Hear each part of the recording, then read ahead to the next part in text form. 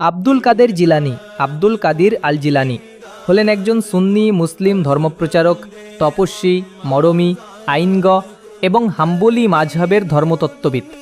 তিনি ইসলাম ধর্মে অন্যতম প্রধান আধ্যাত্মিক ব্যক্তিত্ব। তিনি ইসলামের অন্যতম প্রচারক হিসাবে সুবিদিত। সুফিরা তাকে বড় পীর হজরত আব্দুল কাদের জিলানী নামে ব্যক্ত করেন।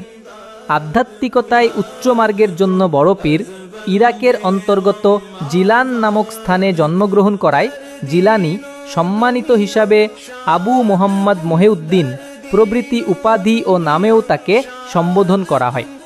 7 নাম সম্মানসূচক। মহিউদ্দিন অনেক সুফিদের কাছে ধর্মের পুনরুজ্জীবক হিসাবে তার মর্যাদা নির্দেশ করে। গিলানি তার জন্মস্থান গিলানকে বোঝায়। যাই হোক, গিলানি বাগদাদির উপাধিও বহন করেছিলেন। বাগদাদে তার বাসস্থান এবং দাফনের কথা উল্লেখ করে। জন্ম আব্দুল কাদের হিজরি 470 সনের রমজান মাসের 1 তারিখে বাগদাদ নগরের জিলান শহরে জন্মগ্রহণ করেন।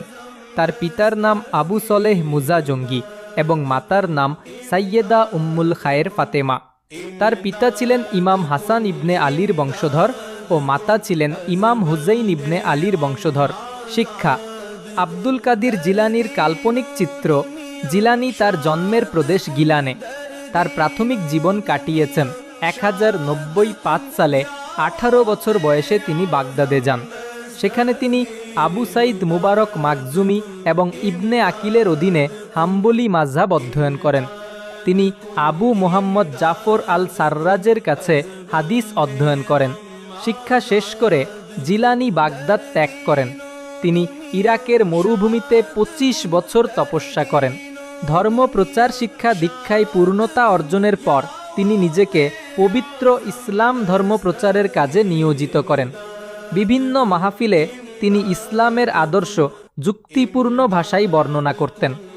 তার মাহফিলে শুধু মুসলমান নয়, অনেক অমুসলিমও অংশগ্রহণ করত। তার বক্তব্য শুনে অনেক অমুসলিম ইসলাম ধর্ম গ্রহণ করেছিলেন।